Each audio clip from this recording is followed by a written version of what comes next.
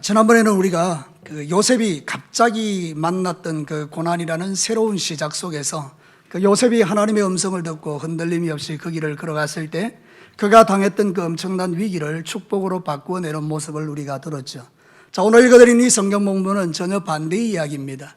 아예 어려움도 없고 하나도 힘든 일이 없는 삶의 상황 속에 살고 있던 나이스의 백성들이 그들이 처한 환경 속에서 하나님을 바라보지 않고 살다가 결국은 단지파에 의해서 멸망받고 있는 모습을 오늘 성경이 우리에게 보여주는 거죠. 그러니까 우리가 생각할 수 있는 것은 이것입니다. 고난이 올 때도 하나님을 바라봐야 되지만 너무나 삶이 평탄하고 순적할 때도 하나님 없어도 되라는 것이 아니라 오히려 그 순간에도 주님을 붙들고 살지 않으면 우리는 또 다른 위기를 만날 수 있다는 것을 하나님이 우리에게 가르치는 것이죠. 그러므로 저와 여러분이 오늘 이 말씀을 듣고 여러분의 인생이 편안할 때도 주님을 바라보고 내 인생에 고난이 올 때도 주님을 바라보면서 하나님이 여러분의 삶을 인도해 가시는 그런 인생을 살아갈 수 있도록 여러분의 모든 삶에 하나님을 믿는 믿음이 더욱더 선명해지는 오늘 이 시간 되시기를 주의 이름으로 축복합니다. 우리의 인생이 지나치게 평안해서 우리에게 위기가 찾아오는 이 또 다른 위기는 어떤 의미를 갖고 있는 것입니까? 우리는 이런 위기가 올 때 어떻게 해야 한다는 것입니까? 오늘 성경을 통해서 주시는 메시지를 듣겠는데 첫 번째는 이것입니다. 우리 다 같이 한번 읽어보겠습니다. 또 다른 위기는 깨어 대비하지 않는 사람에게 찾아온다. 여러분, 오늘 읽어드린 이 성경 본문의 내용을 보면 라이스라는 지역에 살고 있던 백성들이 전혀 근심 걱정이 없이 편안하게 살고 있는 가운데 찾아온 위기를 말하는 거죠. 여러분, 오늘 성경 본문을 한번 읽어보도록 하시겠습니다. 27절 우리 한번 읽어볼까요? 단 자손이 미가가 만든 것과 그 제사장을 취하여 라이스에 이르러 한가하고 걱정이 없는 사는 백성을 만나 칼날로 그들을 치며 그 성읍을 불살랐다. 자, 오늘 이 라이스의 백성들이 지금 살고 있는 삶의 환경들이 어떻습니까? 오늘 성경은 한 줄로 설명하고 있죠. 대단히 한가하고 뭐가 없다고요? 걱정이 없다. 우리는 어려운 일을 만날 이유가 없다. 우리는 지금 잘 먹고 잘 살고 있다. 내 인생 가운데는 너무 편안하고 순탄하다. 나는 정말 복받은 인생이다. 이러고 지금 살아가고 있는 것이죠. 여러분, 여기 한가하다란 말은 샤카트라 그러는데 태평하다 그런 뜻이에요. 그러니까 모든 게 만사가 지금 태평한 상태다 보니까 이 사람들이 대비하지 못한 게 있었어요. 그게 뭔가 하면 우리 인생 가운데도 갑자기 어려움이 올 수 있다는 이 생각을 못한 거죠. 여러분, 세상에 살아가는 수많은 사람들도 동일하게 생각합니다. 내 인생 가운데 그냥 이대로 살다가 그냥 가는 건데 갑작스럽게 찾아오는 죽음이라는 환경을 만나게 되면 자신이 전혀 한 번도 생각해 보지 못했던 끔찍한 지옥이 펼쳐지는 현상을 보게 될 거라는 거죠. 그러니까 여러분, 생각해 보면 우리가 인생이 편안하다고 해서 우리가 아무 걱정이 없다 그렇게 생각하면 곤란하다라는 그런 뜻입니다.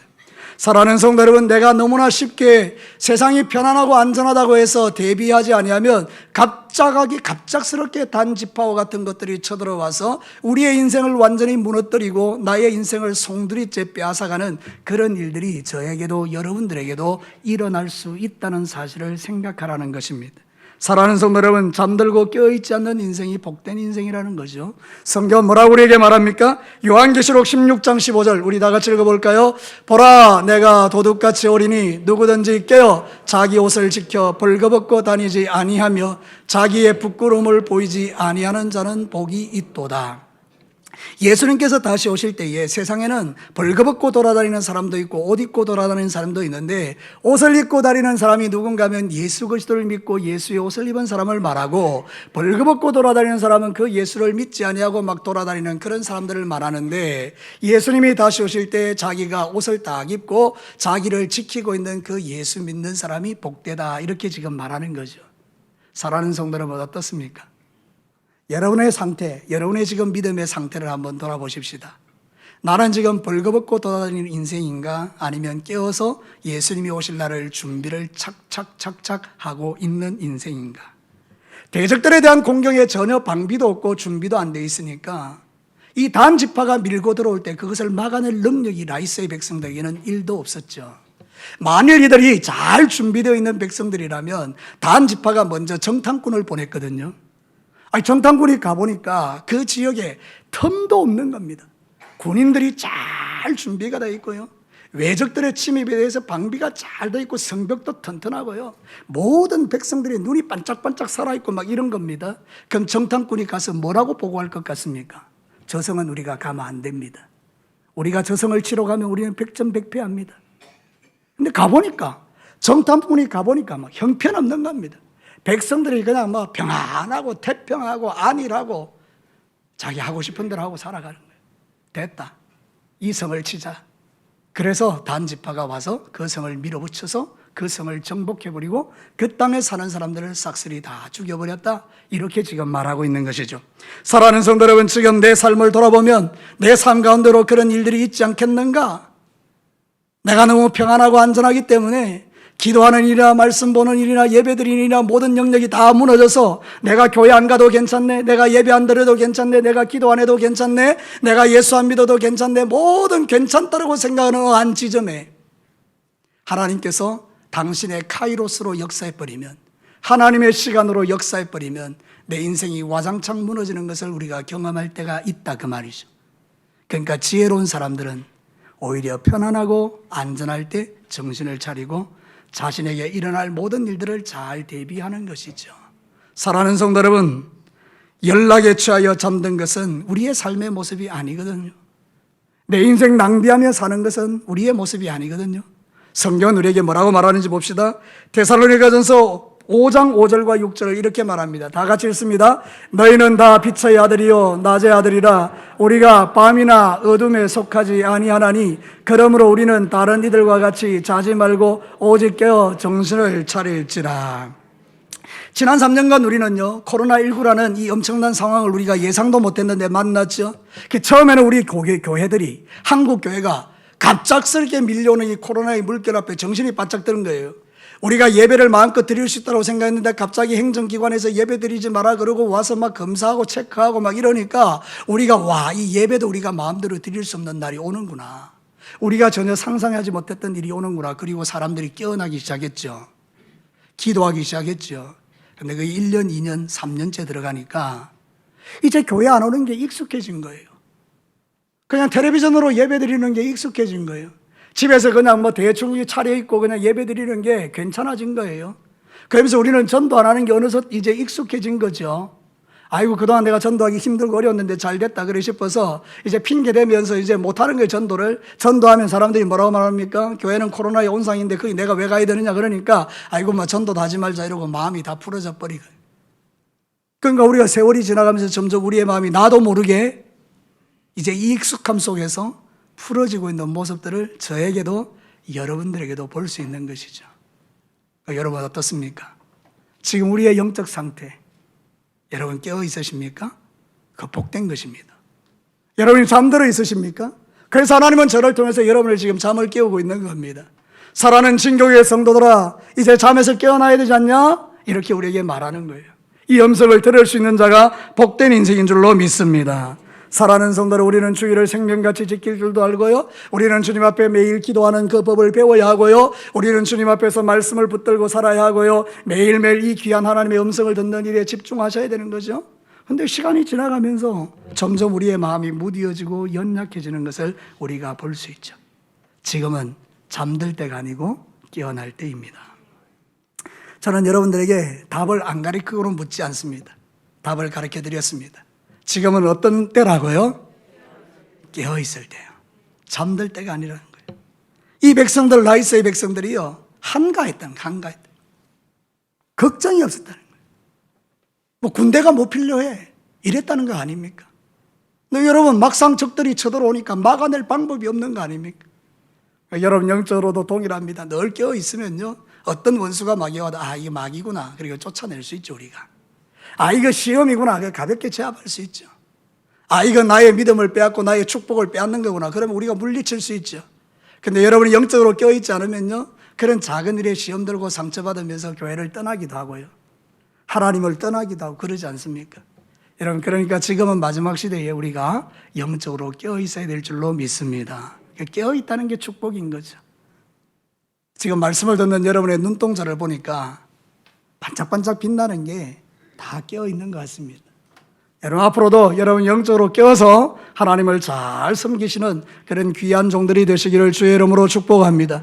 오늘이라도 주님 오시면 만날 준비가 되어 있는 사람이 복된 인생이에요. 갑작스럽게 주님 오시는데 라이스의 백성들이 갑자기 이 단의 지파가 쳐들어올 줄 어떻게 알았겠습니까? 근데 쳐들어오니 끝나는 겁니다. 예수님 오시면 끝나는 겁니다. 그러니까 사랑하는 성도 여러분, 지금 우리가 영적으로 우리 자신을 점검해 보는 것은 지혜로운 일이다. 이걸 여러분 꼭 기억하시기를 바라고요. 자, 두 번째 메시지 들어보겠습니다. 같이 읽어볼까요? 또 다른 위기는 변화를 추구하지 않는 사람에게 찾아온다. 여러분 도태된다는 말 아십니까? 도태된다. 이 사전적 의미로는 묽은 따위가 물속에서 이루어져 좋은 것은 사라지고 불필요한 것이 가려져 버려진다. 좋은 것은 없어지고 불필요한 건 남는다, 이런 뜻인데요. 좀 어렵죠? 그걸 좀 쉽게 설명하면 이런 거예요. 어떤 일의 발전이나 진보를 위해 아무런 노력이나 수고를 하지 아니하므로 다른 사람들이나 무리에서 뒤처지는 상태를 도태된다, 이렇게 말해요. 우리가 지금 괜찮다고 아무 변화를 일으키지 않으면 그냥 도태돼 버린다는 거예요. 서가지고만 있어도요 도태돼 버립니다. 다른 사람은 뛰어가기 때문에. 여러분 나는 가만히 있으면 마치 나는 뒤로 처지지 않을 것 같이 생각하지만 그렇지 않습니다. 내가 가만히 있으면요 다른 사람은 앞서가니까 난 자연스럽게 뒤쳐져 가는 거죠. 그러니까 여러분 뛰어갈 때 함께 뛰어가는 거잖아요. 그러니까 이걸 가르쳐서 우리는 변화라고 이야기하는 거예요. 우리가 신앙생활 할 때 주님이 우리에게 원하는 건 뭔가 하면 여러분이 날마다 변화되는 거죠. 그죠? 주님이 주셨던 그 좋은 것들을 누리면서 하나님이 주신 능력 가지고 영적 전쟁에 승리하면서 하나님이 주시는 영육간의 좋은 것을 받아 누리기를 소원하고 주님 앞에 달려가는 거잖아요. 근데 여러분 가만히 있으면 어떻게 되죠? 여러분 도태돼 버리는 거예요. 누구라도 마찬가지입니다. 예수를 믿든지 안 믿든지 상관없이 우리는 다 도태되는 거죠. 이 도태된다는 것은 위험한 일이에요. 오늘 이 성경 본문에 라이스의 백성들이 그랬다는 거예요. 뭐 변화도 필요 없고 지금 뭐 우리끼리 잘 먹고 잘 살고 있는데 뭘 준비해? 그리고는 그냥 막 먹고 마시고 취하고 놀고 태평하게 지냈다는 거죠. 어느 순간인가 고난이 찾아오고 전쟁이 오니까 막아낼 수 있는 실력과 믿음이 그들에게는 하나도 없었던 거 아닙니까? 안일함이라는 것은 사람을 위기에 빠뜨립니다. 잠언 1장 32절과 33절에 이런 말이 있죠. 우리 같이 한번 읽어볼까요? 어리석은 자의 태보는 자기를 죽이며 미련한 자의 안일은 자기를 멸망시키려니와 오직 내 말을 듣는 자는 평안히 살며 재앙의 두려움이 없이 안전하리라. 지금 하나님의 말씀이 선포되고 있죠. 정신 차리고 깨어라 이렇게 하죠. 그 말을 듣는 사람들은 안전하고 두려움이 와도 나중에 평안해질 수 있다 이 말인데요. 이런 것들을 생각지 않으면 어느 순간인가 멸망이 올 때 그 안일함 때문에 망하게 된다 이렇게 이야기하는 거죠. 여러분의 정치적 성향이 다 다르기 때문에 제가 이 이야기를 하는 게 조심스럽긴 합니다만은 이번 선거에 보니까 그렇더라고요. 한쪽은 너무 안일한 거예요. 다 이겼다 이렇게. 그러니까 한쪽은 위기다 이러고 막 열심히 하는 거예요. 그러니까 마지막 순간에 승부가 아주 예리하게 아주 조그마한 차이로 갈라졌죠. 제가 그걸 보면서도 생각하는 거예요. 이 안일함이라는 것은 참 무서운 것이구나. 우리는 마지막 순간까지 최선을 다해야 되는구나. 그걸 깨닫는 거죠. 여러분 어떻습니까? 조금 나아지셨습니까? 여러분 사는 삶의 형편들이 조금 여유가 있어지셨습니까? 여러분의 신앙생활에 별 고통도 없고 염려도 없고 모든 게 좀 평안해 보이십니까? 다른 사람은 뭔가 문제가 많은 것 같지만 나에게는 별로 문제가 없는 것 같이 여겨지십니까? 그때가 바로 여러분들이 정신 차려야 될 때라는 거죠. 사랑하는 성도 여러분, 변화를 추구하지 않으면 도태돼 버리는 거예요. 안일함에 빠지면 위기에 빠지는 거죠. 오늘 성경 본문이 그걸 가르칩니다. 선명하게. 라이스의 백성들이 너무 그 안일함에 취해 있다 보니까 위기가 왔을 때 그것을 막아낼 능력이 전혀 없었다라는 것입니다. 예컨대 이들이 날마다 자기들을 깨우면서 대비를 철저하게 하고 모든 것들을 다 꿰뚫고 있고 파수꾼을 세워두고 정신을 바짝 차리면서 그렇게 변화를 추구했다 그러면요 정말로 이 지역은 놀라운 지역이 될 겁니다. 근데 그러지 못했다는 거잖아요. 저와 여러분은 어떨까요? 이제 마지막 시대가 되다 보니까 옛날과 다르게 편안한 거예요. 뭐 예수님 오실 것 같지도 않은 것 같고 그러니까 뭐 대충 믿음 생활하다가 적당하게 주님 만나고 그렇게 살아가고 싶은 마음들이 우리에게 일어날 수 있지 않습니까? 아닙니다. 지금이 오히려 우리가 영적으로 더 하나님을 가까이 해야 될 때입니다. 우리에게 재림의 소망이 있습니까? 예전에 우리 예수를 믿었던 사람들은 다 낮이나 밤에나 주님 오시기를 기다리는 믿음이 다 있었죠. 그래서 그 찬송 중에 정말 기가 막힌 찬송은 저 하늘에 이상한 구름 하나만 떠도 우리 주님 오실까 하여 자신의 영을 깨우는 그런 찬송들이 있지 않습니까? 지금은요, 우리 예수님 재림에 대한 소망이 저의 마음에, 여러분의 마음에 있을까요? 아마도 우리가 입으로는 주님의 재림을 말하지만 실제로는 예수님이 오시는 것을 기대하지도 않을 뿐만 아니라 그런 생각 없이 오늘 하루를 살아갈 때도 참 많은 것입니다. 언제나 선포하는 말씀이지만 오늘 이 예배가 여러분의 인생의 마지막 예배라면, 내가 오늘 이 예배를 드리고 저 문을 나갈 때 죽을 수 있다면 여러분, 우리는 어떤 마음으로 이 예배에 참여할 수 있을까요? 조금 다르겠죠. 근데 우리는 뭐 오늘 드리는 예배, 내일 드리는 예배, 모레 드리는 예배, 또 드리는 예배, 그렇게 우리가 생각하게 되면 우리가 하나님 앞에서 깨어나지 못하는 거죠. 날마다 날마다 여러분의 마음이 새로워지기를 주의 이름으로 축복합니다. 자전거는 멈추면 자빠집니다. 페달을 밟아야 갑니다. 우리의 믿음도 마찬가지입니다. 페달을 밟아야 달려가지 멈춰버리면 쓰러지는 겁니다. 인생도 마찬가지입니다. 페달을 밟아야 가는 거지 가만히 있으면 다 자빠지는 겁니다. 그래서 날마다 날마다 자기를 깨우는 그런 삶이 우리에게 필요하지 않습니까? 전에 말씀드린 그대로 지금 가장 큰 위기에 빠진 사람이 있습니다. 그게 바로 저입니다. 저. 여러분이 저를 위해서 기도해야 될 이유가 여기 있습니다. 나이가 이제 60입니다. 어느 정도 이제는 갖추어진 것 같습니다. 이제는 그냥 대충 해도 될 것 같습니다. 이제는 노예적으로도 어느 정도의 위치에 올라가 있는 것 같습니다. 이런 모든 삶의 상황들이 나 자신을 안일하게 만들어가는 모습들을 볼 때가 있습니다. 사랑하는 성도 여러분, 어쩌면 이 말씀은 여러분에게 전하기 전에 내 자신에게 주시는 하나님의 음성이라는 것을 제가 압니다.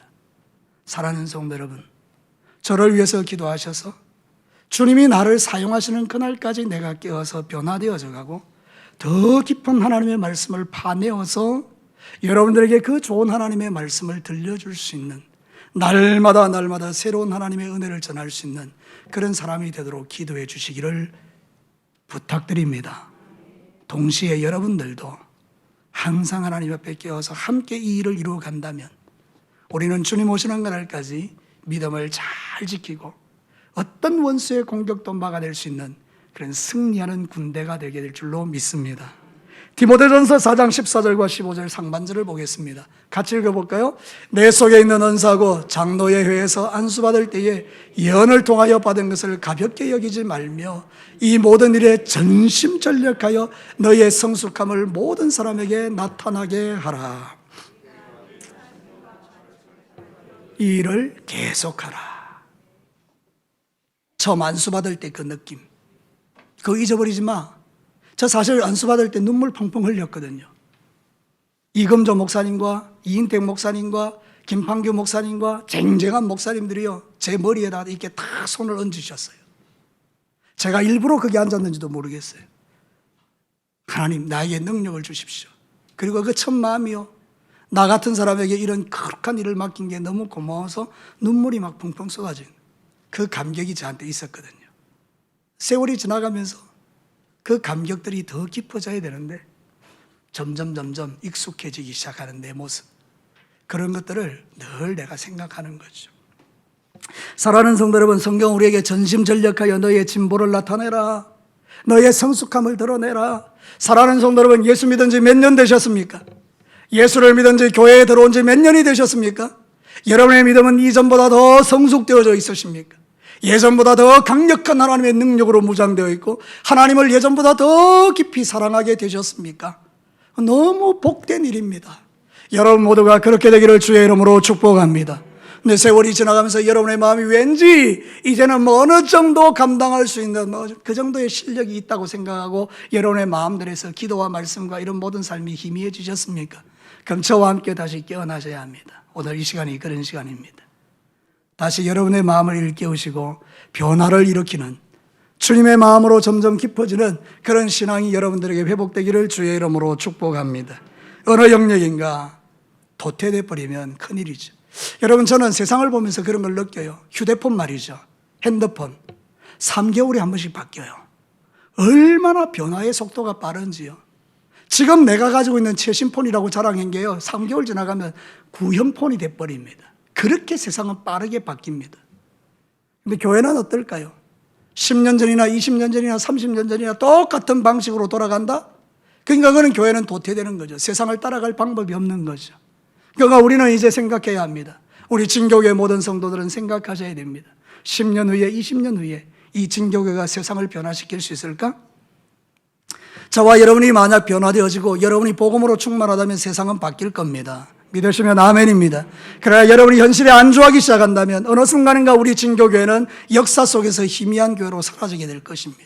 지금은 여러분들이 정신 차리고 변화를 만들어내야 될 때입니다. 라이스의 백성들이 너무 안일했던 거예요. 너무 평안했던 거예요. 변화 같은 거 필요 없었던 거예요. 그건 잘 먹고 잘 살고 있으니까. 근데 어느 순간인가 단지파가 물밀듯이 밀고 들어오니 막아낼 방법이 없었다는 거잖아요. 사랑하는 성도 여러분, 저와 여러분도 똑같습니다. 영적으로 정신 차리시고 어떤 원수마귀의 역사 속에도 무너지지 않는 강력한 하나님의 능력을 가지고 살아내시기를 주의 이름으로 축복합니다. 마지막 세 번째 보겠습니다. 우리 다 같이 한번 읽어볼까요? 또 다른 위기는 관계가 무너진 사람에게 찾아온다. 여러분, 오늘 28절 말씀 한번 읽어보십시다. 놀라운 말씀입니다. 28절 같이 읽어볼까요? 그들을 구원할 자가 없었으니 그 성읍이 베들호흡 가까운 골짜기에 있어서 시돈과 거리가 멀고 상종하는 사람도 없었습니다. 단 자손이 성읍을 세우고 거기 거주하면서. 자, 이 말씀 정말 놀라운 말이에요. 이 사람들이 지금 위기를 만났는데 구원할 사람이 있다 없다? 한 명도 없다는 거예요. 왜? 평소에 상종을 안 한 게 상종을. 다른 사람의 도움이 필요 없는 거죠. 그러니까 그냥 핑계지만 멀리 있으니까 안 갔다 이러지만 외교적인 노력이 전혀 없었다는 거예요. 만약에 지금 이제 이 사람들이 거기서 준비하고 있다가 다른 나라하고 관계가 잘 되어 있으면 어떻습니까? 단지파가 쳐들어올 때 딱 경계하고 있다가 빨리 한 사람을 보내가지고 도와달라면 요청을 하면 거기서 군대를 보내가지고 같이 막아낼 수 있잖아요. 근데 이 사람들은 관계가 없는 거예요. 아무도 도와줄 자가 없어요. 이게 큰일이잖아요. 여러분, 지금 우크라이나라는 나라가 러시아하고 전쟁하는데요. 이 예상과도 다르게 전쟁이 펼쳐지고 있지 않습니까? 그죠? 우크라이나가 하루 만에 박살날 줄 알았어요. 근데 지금 그 20일이 되도록 버텨내면서 오히려 러시아를 정복하고 있거든요. 이게 왜 그런 겁니까? 주변 나라가 막 도와주는 거예요. 미국이 도와주고 유럽이 도와주고 독일이 도와주고 막 도와주는 거예요. 그러니까 그들이 그 도움을 받아서 막 나가는 거죠. 인생이 마찬가지입니다. 독불 장군이 어디 있습니까? 혼자서 잘하는 사람이 어디 있습니까? 난 다른 사람 도움이 필요 없어. 관계를 다 끊어버리고 혼자서 그냥 독야청청. 그건 망하는 길이라는 거예요. 그러니까 사람들과의 관계를 잘 맺어둬야 된다는 거죠. 내가 뭘 하든지 간에 사람들을 만날 때 그 사람과의 조심스러운 관계들을 통해서 좋은 친밀한 관계를 맺어두는 거죠. 그럼 내가 나중에 어려울 때 도움이 되잖아요. 그죠? 그러니까 여러분들 원수 맺지 마시고 모든 사람과 평안을 누리시기를 주의 이름으로 축복합니다. 성경 전도서 4장 9절과 10절에 이렇게 말하죠. 같이 한번 읽어보겠습니다. 두 사람이 한 사람보다 나으면 그들이 수고함으로 좋은 상을 얻을 것임이라. 혹시 그들이 넘어지면 하나가 그 동물을 붙들어 일으키리니와 홀로 있어 넘어지고 붙들어 때 일으킬 자가 없는 자에게는 화가 있으리라. 내가 자빠졌는데 일으켜 줄 사람이 있으면 복된 인생인데 내가 자빠졌는데 아무도 일으켜 줄 사람이 없다. 그건 불행하다 이 말이죠. 지금 이게 라이스의 백성들이 딱 이런 상황인 거죠. 근데 여러분, 진짜는 뭡니까? 사람이 아무리 도와줘도 안 될 때가 있습니다. 사람이 아무리 옆에서 도와줘도 안 될 때가 있다니까요. 여러분이 불치병에 걸렸다고 생각해 봐요. 여러분이 이제 6개월 살아요. 그럼 인간의 의술이 필요합니까? 어떤 약을 투입해도 안 되는데, 근데 기가 막히게 그 불치병에서 살아남는 사람들이 있습니다. 누가 도와주면 됩니까? 그렇죠. 하나님이 역사하시면 되는 게 있다는 거예요. 그 라이스의 백성들이 하나님과의 관계를 맞이하고 그 하나님과의 깊은 영적 교제를 가지고 있었던 민족이라면 이런 위기 속에서 뭐 하겠습니까? 기도하겠죠, 당연히. 하나님, 우리는 막아낼 실력도 없고 능력도 없어요, 주님. 그러면 하나님이 마치 히스기야가 아수르의 군대를 이기듯이 천사 하나를 통해서 그 전쟁을 끝낼 수도 있잖아요, 그죠? 하나님의 도움이 절제로 필요하거든요, 우리 인생은. 여러분 뭐 별거 있습니까? 티끌 같은 인생이고 오늘 새벽에도 너 버러지 같은 야고바 이랬거든요. 우리 사실 아무것도 아니에요. 내 영혼 떠나가 버리면 이거는 송장이라는 게 시체. 하나님이 우리를 도와주지 않으면 우리 아무것도 아닙니다. 여러분이 가지고 있는 재능, 지식, 권력, 여러분의 돈, 여러분의 인생에 뭐 쌓아왔던 그 모든 것들이 하루아침에 다 없어진다니까요. 그래서 우리는 장례식장에 가보면 느끼잖아요. 아, 인간 참 별것 아니구나. 그러나 이런 세상 속에서 별것 아닌 인생 속에서도 능력 있게 사는 사람들이 있습니다. 누구의 도움을 받는 사람이에요? 하나님의 도움을 받는 사람. 그게 누굽니까? 바로 여러분 자신입니다. 평소에 하나님과의 깊은 영적 교제를 누리시기를 바랍니다. 하나님의 도우심을 구하시기를 바랍니다. 그래서 제가 오늘 여러분이 의식을 했는지는 모르겠습니다만은 시편 18편 1절로 예배를 시작했습니다. 나의 힘이 되신 여호와여, 내가 주님을 찬양합니다. 당신은 나의 반석이요 나의 산성이십니다. 그 신앙 고백이 시편 기자를 살게 합니다. 오늘도 저와 여러분 인생의 삶을 살 때 여러분의 도움은 누구입니까? 사람의 도움도 필요합니다. 그러니까 사람과의 관계도 잘 하십시오. 특히 예수 믿는 사람들요, 주변에 있는 사람들에게 별스러운 사람이라는 소리 듣지 말고 모든 사람과 좋은 관계를 유지하십시오. 누구보다도 선하게 살고 누구보다도 구제도 많이 하시고 누구보다도 이웃들의 아픔에 공감해 주십시오. 그런데 그 모든 것을 떠나서 하나님과의 깊은 영적 교제를 놓치지 마십시오. 우리의 도움은 하나님이십니다. 시편 63편 7절과 8절도 보십시다. 같이 읽어볼까요? 주는 나의 도움이 되셨습니다. 내가 주의 날개 그늘에서 즐겁게 부르리이다. 나의 영혼이 주를 가까이 따르니니 주의 오른손이 나를 붙드시거니와. 여러분, 제가 물어볼게요. 제 왼손잡이게요, 오른손잡이게요? 어떻게 알아요? 제 오른손에 힘이 있어요. 근데 여러분, 우리 하나님이 오른손이라고 표현할 때는 권능을 의미하는 거예요. 내 권능으로, 내 능력으로 너를 붙들어 줄 거야. 사랑하는 성도 여러분, 우리 하나님의 도우심을 받는 것 축복이죠. 오늘 이 성경 본문이 가르치는 건 그거예요. 또 다른 위기가 뭐냐? 관계가 무너진 인생. 사람과의 관계도 무너져 있지만 하나님과의 관계도 무너져 구원할 자가 없어. 도와줄 자가 없어. 내 인생이 그렇게 되면 얼마나 비참합니까? 여러분이 위기에 빠졌을 때 여러분을 도와줄 자가 많은 인생 되시기를 축복합니다. 무엇보다도 하나님이 여러분을 도와주시기를 축복합니다. 그러면 여러분의 인생이 새로워집니다. 힘들고 어려운 순간을 만나도 무너지지 않고요, 믿음으로 돌파하고 살아계신 하나님을 삶으로 체험하게 되는 거죠. 말씀을 마치겠습니다. 사랑하는 성도 여러분, 오늘 라이스의 백성들이 만났던 이 위기는 우리에게도 동일하게 만나질 수 있는 위기예요. 뭐하면 나 괜찮아, 나 평안해, 나 아무도 안 도와줘도 돼, 그냥 내 힘으로 살아갈 거야, 이렇게 살아가는 인생들에 대해서 그게 아니다는 거죠. 여러분, 또 다른 위기는 뭘까요? 첫 번째, 깨어서 대비하지 않는 것이 위험한 거예요. 여러분, 주님 오시는 그날까지 영적으로 깨어있기를 축복합니다. 두 번째는 변화를 추구하지 않고 도태되는 인생은 위험해요. 그러니까 날마다 전심전력하여 여러분의 믿음을 성숙시켜가는 일을 게을리하지 마시기를 바라고요. 마지막 세 번째는 뭡니까? 관계를 무너뜨리면 안 돼요. 사람과의 관계도 하나님과의 관계도.